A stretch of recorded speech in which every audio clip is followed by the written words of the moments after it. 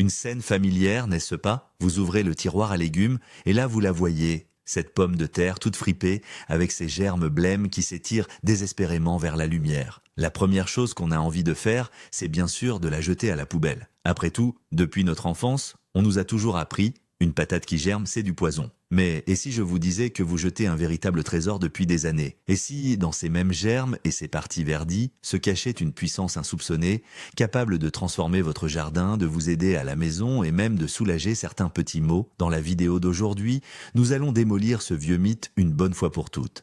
Je vais vous montrer une astuce de grand-père stupéfiante qui va transformer ce légume apparemment inutile en quelque chose d'incroyablement précieux.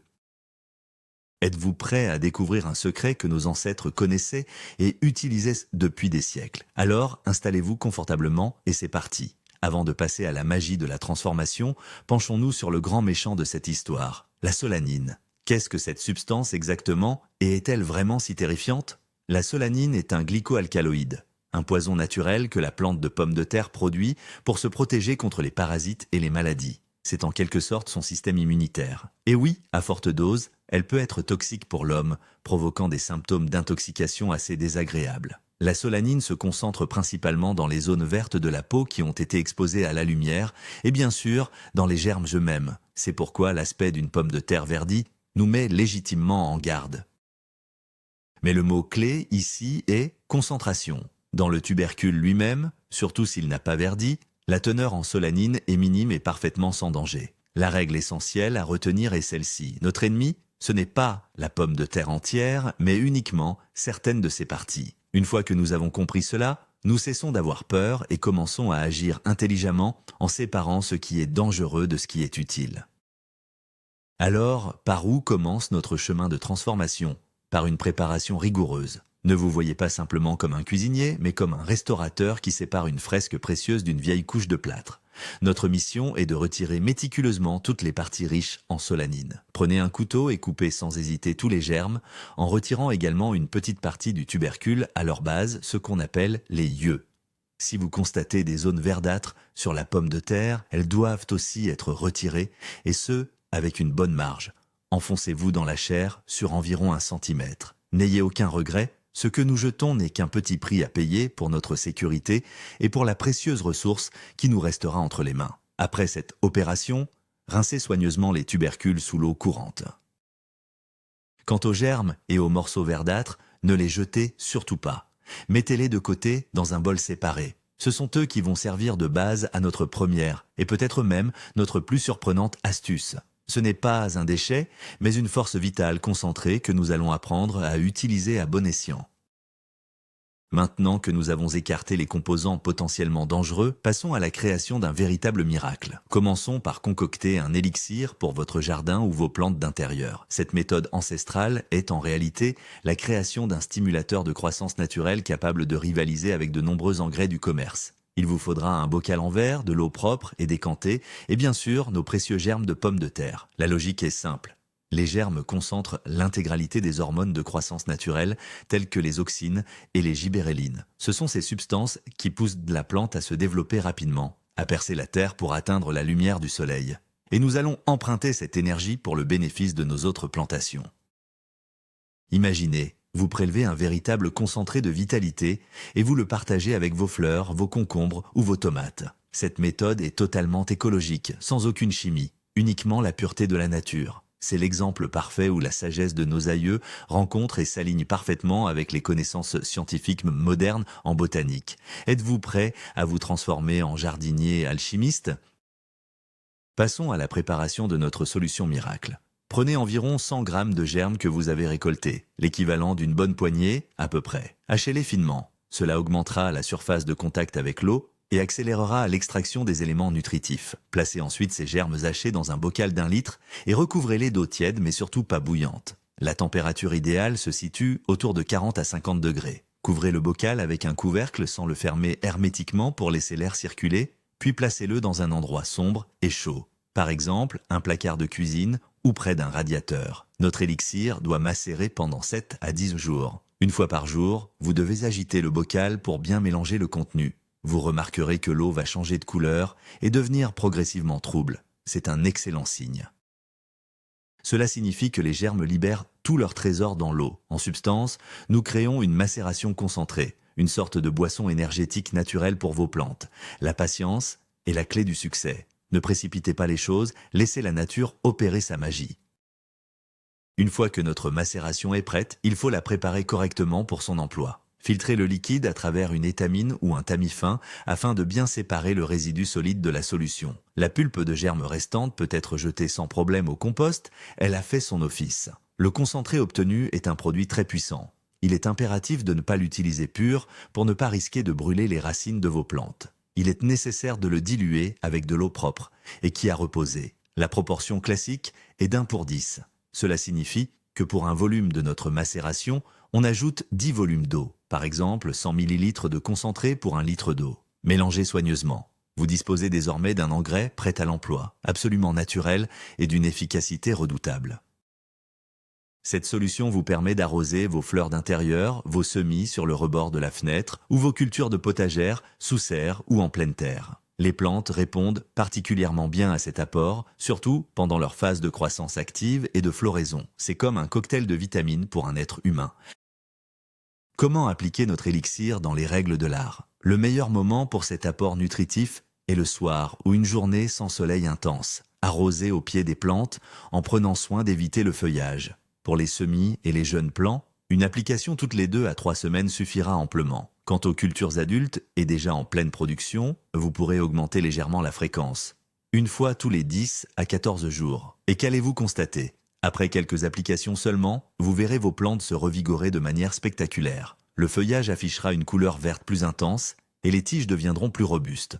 Les jeunes plants qui stagnaient vont enfin se développer. La floraison sera plus abondante et plus longue, ce qui augmentera mécaniquement le nombre de fruits et les futures récoltes. Cette astuce toute simple aide vos végétaux à mieux gérer le stress, qu'il soit dû à la transplantation ou à des conditions météorologiques défavorables. Vous verrez de vos propres yeux comment ces plants que vous pensiez perdus reprennent une nouvelle vie, apportant une vitalité spectaculaire à votre petit monde vert. C'est ça, la véritable magie de la nature. Une fois ces tubercules méticuleusement nettoyés, que doit-on en faire? Sont-ils uniquement destinés à finir dans une soupe? Loin de là. La pomme de terre, une fois débarrassée de ses germes et partie verte, est l'ingrédient de base d'un autre remède ancestral, tout droit sorti de l'arsenal de la médecine populaire, le célèbre cataplasme de pomme de terre. Nos grands-mères et arrière-grands-mères connaissaient parfaitement les vertus anti-inflammatoires et analgésiques de la pomme de terre crue et les utilisaient activement. Bien sûr, il faut être clair, ce n'est ni une panacée, ni un substitut à une consultation médicale en cas de problème sérieux. Mais comme solution de premier secours pour les contusions, les entorses, les brûlures légères ou même pour soulager les douleurs articulaires, c'est une méthode excellente, éprouvée depuis des siècles. L'amidon contenu dans le tubercule a un effet enveloppant et adoucissant, tandis que son jus aide à résorber les œdèmes et à diminuer l'inflammation. C'est typiquement le cas où votre pharmacie se trouve juste là, dans votre cuisine. La préparation de ce cataplasme est incroyablement simple. Commencez par prendre 1 ou 2 pommes de terre épluchées et râpez-les très finement. Vous pouvez également les réduire en purée homogène dans un mixeur ou un blender. Essorez ensuite légèrement la pulpe obtenue pour enlever l'excès de liquide. Mais attention, ne la séchez pas complètement. Nous avons besoin d'une substance qui reste bien humide. Prenez maintenant un morceau de gaze propre ou un tissu en coton et pliez-le en plusieurs épaisseurs. Étalez uniformément la purée de pommes de terre sur le tissu en formant une couche d'environ 1 cm d'épaisseur. Vous pouvez recouvrir le tout d'une autre couche de gaze pour vous assurer que le cataplasme tienne bien. Et voilà, notre remède maison est prêt à l'emploi. Point important, pour une efficacité maximale, il est préférable d'utiliser des pommes de terre légèrement refroidies directement sorties du réfrigérateur. Le froid va renforcer son effet décongestionnant et apporter un soulagement immédiat, surtout en cas de contusion ou de légère brûlure. Simplicité, accessibilité et naturalité, ce sont les 3 piliers de cette recette de grand-mère. Comment appliquer correctement ce cataplasme? Appliquez la pâte de pomme de terre directement sur la zone douloureuse, que ce soit un genou contusionné, un poignet foulé ou une articulation qui vous fait souffrir. Recouvrez le cataplasme d'un morceau de film plastique, film alimentaire, ou de papier sulfurisé. Cette couche aide à conserver l'humidité et à maximiser l'effet. Ensuite, fixez solidement cette construction, soit avec une bande élastique, soit en l'enveloppant simplement d'un tissu chaud, comme une écharpe ou un foulard en laine. Laissez le cataplasme agir pendant 1 à 2 heures. Si vous ne ressentez aucune gêne, il est possible de le laisser en place toute la nuit. Après avoir retiré le cataplasme, essuyez délicatement la peau avec une serviette ou une lingette humide. Vous pouvez répéter cette application 1 à 2 fois par jour jusqu'à ce que votre état s'améliore. De nombreuses personnes souffrant d'arthrite confirment que l'application régulière de ces cataplasmes à la pomme de terre aide à soulager la douleur et la raideur articulaire. Rappelons encore une fois que ces méthodes ne se substituent en aucun cas à un traitement médical prescrit. Elles constituent cependant un excellent complément, sûr et entièrement naturel. Non seulement la pomme de terre, même germée, est utile au jardin ou dans votre trousse de premiers soins, mais elle peut aussi vous rendre service à la maison. Avez-vous déjà essayé de nettoyer votre argenterie avec de la pomme de terre? Si ce n'est pas le cas, le résultat va vous surprendre. L'astuce, c'est que le jus de pomme de terre contient de l'acide oxalique. C'est cet acide qui s'attaque efficacement à la ternissure et aux taches noires qui apparaissent sur les couverts en argent ou en maillechort. Pour cela, vous n'avez même pas besoin d'une pomme de terre complète. Il suffit de récupérer les épluchures, celles qui restent, après avoir préparé vos légumes. Frottez simplement la fourchette ou la cuillère ternie avec la partie intérieure et humide de la pelure. Vous verrez la noirceur se transférer immédiatement sur l'épluchure, tandis que votre couvert retrouvera un éclat neuf. Après ce nettoyage, il vous suffira de rincer l'argenterie à l'eau claire et de l'essuyer soigneusement avec un chiffon doux. Cette méthode est bien plus douce que l'utilisation de poudres abrasives qui risquent de rayer la surface de vos précieux objets. On voit donc une fois de plus comment un déchet, habituellement destiné à la poubelle, peut se transformer en un produit de nettoyage efficace et entièrement gratuit. Mais ce n'est pas tout. L'eau de cuisson de vos pommes de terre épluchées n'est pas non plus une simple eau à jeter dans l'évier. C'est un excellent produit de nettoyage. Laissez refroidir ce jus de cuisson, puis utilisez-le pour nettoyer vos sols en linoléum ou en carrelage.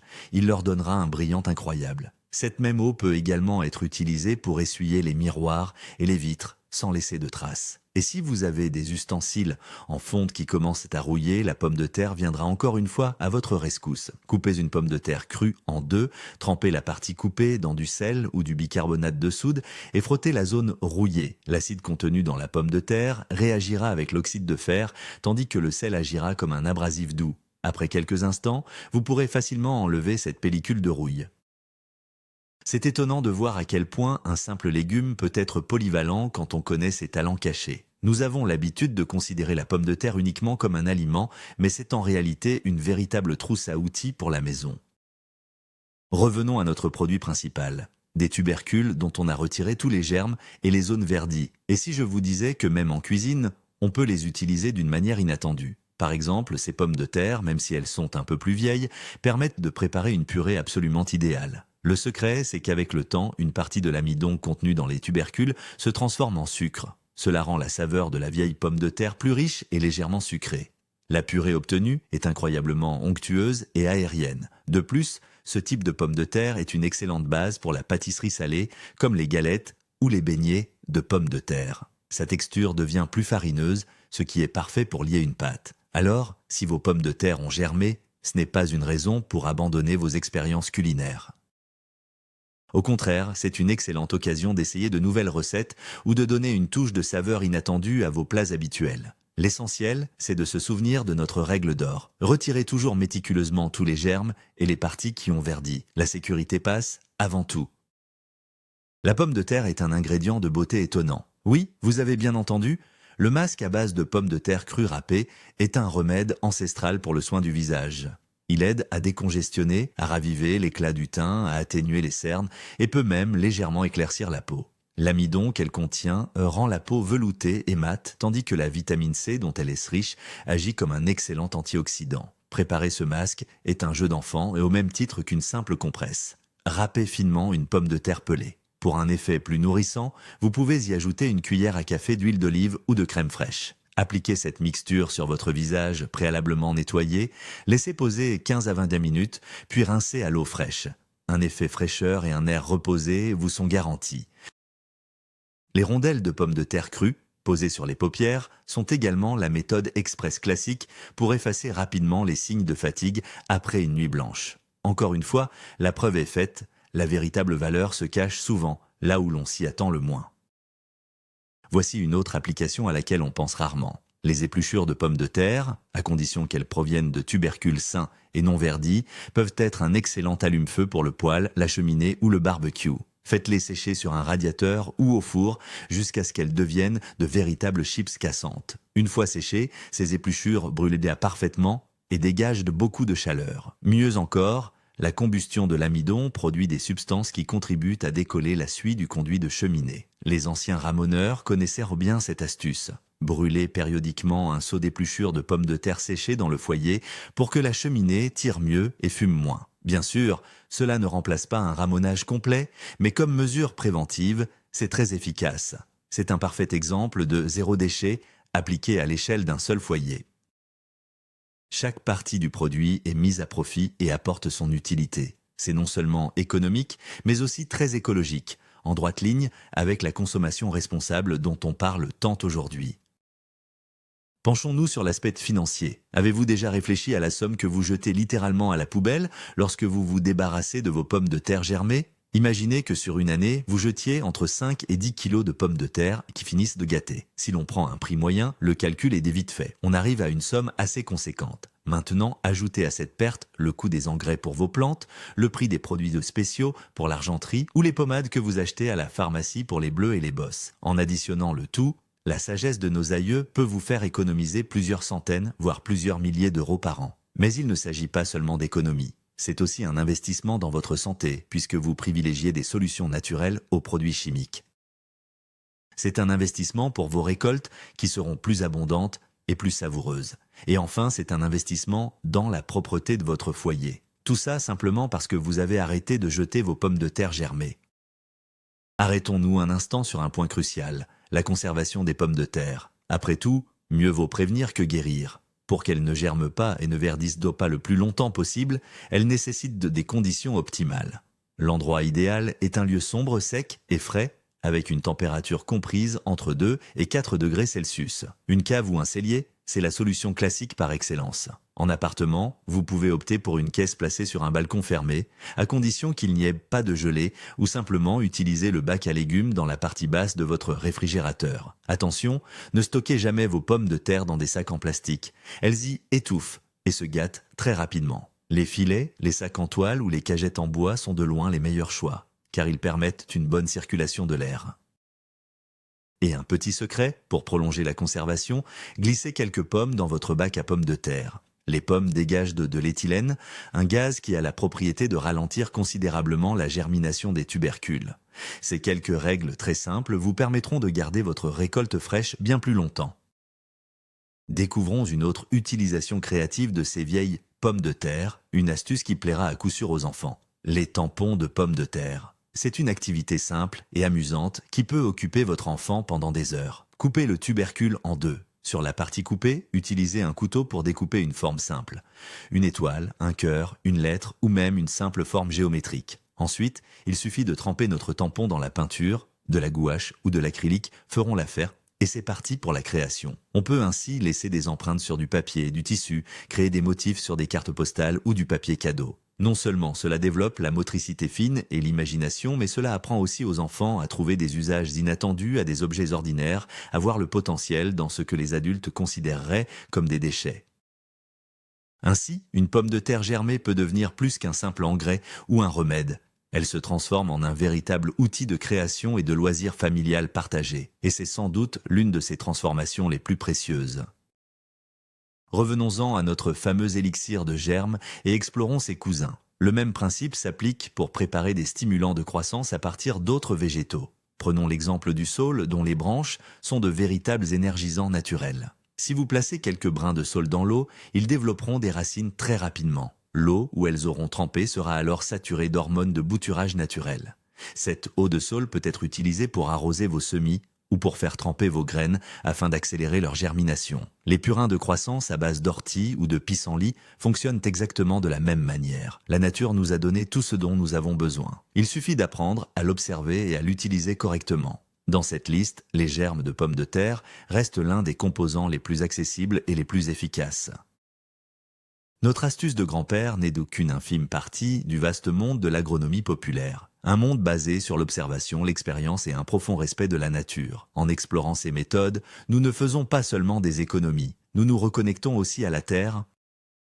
Abordons maintenant la question cruciale de la sécurité. Nous avons insisté sur les bienfaits, mais il est tout aussi essentiel de garder à l'esprit les risques potentiels. La solanine, comme nous l'avons établi, est toxique. C'est pourquoi il est préférable de manipuler les germes et les parties vertes de la pomme de terre avec des gants, surtout si vous avez des coupures ou des égratignures sur les mains. L'infusion de germes ne doit en aucun cas être ingérée ou donnée à des animaux. Elle est strictement réservée à l'usage externe sur les plantes. Elle doit être conservée hors de portée des enfants et des animaux domestiques, idéalement étiquetés, poison ou ne usage externe uniquement. En ce qui concerne les compresses, un test cutané sur une petite zone doit être effectué avant la première utilisation pour vérifier l'absence de réaction allergique.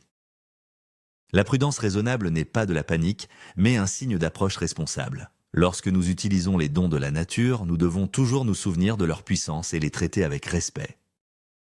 Faisons un petit bilan d'étape. Qu'avons-nous appris exactement ? Nous avons brisé le mythe selon lequel toute pomme de terre germée serait un poison absolu qu'il faudrait jeter immédiatement. Nous avons appris à séparer les parties dangereuses, riches en solanine, de la chair saine et utile. Nous avons découvert au moins 3 façons totalement différentes d'utiliser ce produit que l'on considérait souvent comme un simple déchet. Le premier, la création d'un puissant stimulant de croissance naturelle pour nos jardins et potagers. Le second, la préparation d'une compresse aux vertus curatives réputée en médecine populaire. Et le troisième, l'utilisation de la pomme de terre et de ses résidus comme produit d'entretien ménager efficace et écologique. Nous avons constaté qu'un seul et même élément peut être simultanément un aliment, un remède, un engrais et un produit d'entretien. C'est la principale leçon que nous donne la nature. Elle ne gaspille rien, tout est interconnecté et chaque chose peut trouver son utilité. Et c'est là que nous arrivons à la conclusion essentielle. Le truc de grand-père n'est pas qu'une simple recette, c'est toute une philosophie, celle de la frugalité, de l'ingéniosité et d'une profonde compréhension du monde qui nous entoure. C'est l'art de voir non pas un problème, mais une opportunité. Dans une pomme de terre, ridée et germée, nos ancêtres ne voyaient pas un déchet, mais une future récolte, un remède contre la maladie, la garantie de la propreté à la maison. Ils vivaient en harmonie avec la nature et savaient tout prendre d'elle sans jamais rompre l'équilibre. Aujourd'hui, à l'ère de la consommation où nous avons pris l'habitude de jeter et de remplacer facilement les choses, une telle approche semble presque révolutionnaire. Mais peut-être devrions-nous nous arrêter un instant et regarder de plus près. Peut-être qu'un potentiel tout aussi immense se cache dans d'autres choses que nous considérons comme inutiles. Cette histoire de pommes de terre est une excellente occasion de réfléchir à notre rapport aux ressources, à la nourriture et à l'héritage de nos ancêtres. Et c'est peut-être la transformation la plus précieuse qui puisse se produire, non pas dans la pomme de terre, mais en nous-mêmes. Alors, faisons le point sur le chemin parcouru. Nous avons pris cette simple pomme de terre germée, celle que 99% des gens auraient jetée à la poubelle sans hésiter. Et qu'en avons-nous fait ? Nous avons transformé ces germes toxiques en un véritable élixir de vie, capable de donner une nouvelle énergie à des dizaines d'autres plantes. Nous avons utilisé sa chair pour préparer une compresse médicinale capable d'apaiser la douleur et de réduire l'inflammation. Nous avons fait briller l'argenterie avec sa peau et appris que son eau de cuisson peut être utilisée pour laver les sols. Nous lui avons même trouvé des usages en cosmétologie et dans les travaux créatifs. N'est-ce pas de la magie ? Le plus frappant, c'est que ce secret, cette astuce de grand-mère, était toujours là, à portée de main, dissimulée par des idées reçues et notre propre inattention. La conclusion principale d'aujourd'hui est simple, ne jetez pas trop vite.